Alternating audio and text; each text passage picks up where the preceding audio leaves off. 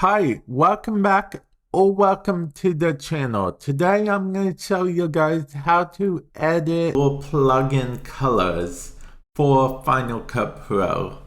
Or rather, how to, in this case, edit the color of a subscribe button. Let's go down to one of our plugins right here. And let's pick this one, okay?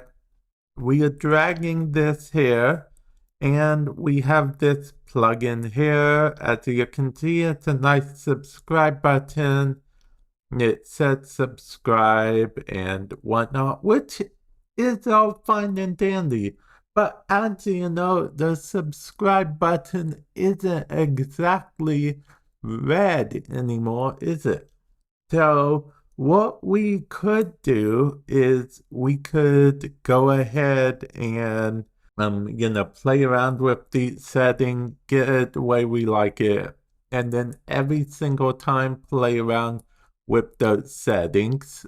Or we could, do a compound clip and whatnot. But I find the easiest way for me personally, if it can be opened in motion, open it in motion. Okay, so we're going to delete this here. We are going to right click here, hit open in motion. And once it opens in motion, this is the simple part now. Now we would just find the color, okay? It will be easy because you can see the preview over here. So this here is the color. It's simple from that part. We click on the inspector, we change the color. In this case, we change it to black because this is a light mode background. So the button would be black in this case.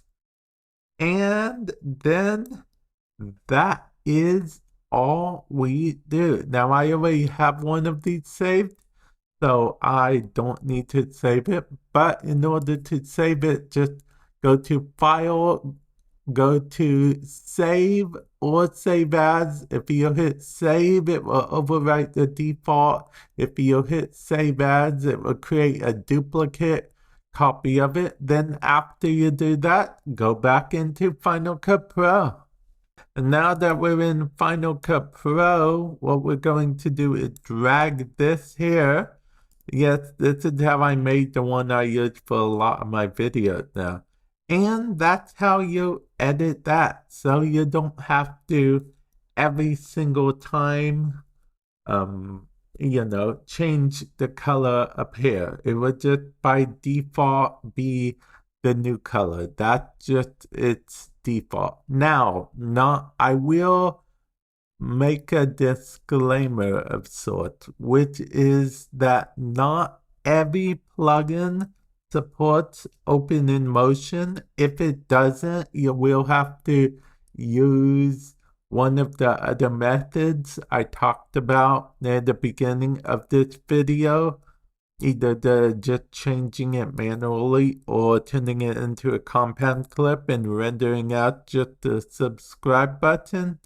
So yeah, keep that in mind, but hopefully this has helped you. And with that said, I will catch you guys in the future. Later.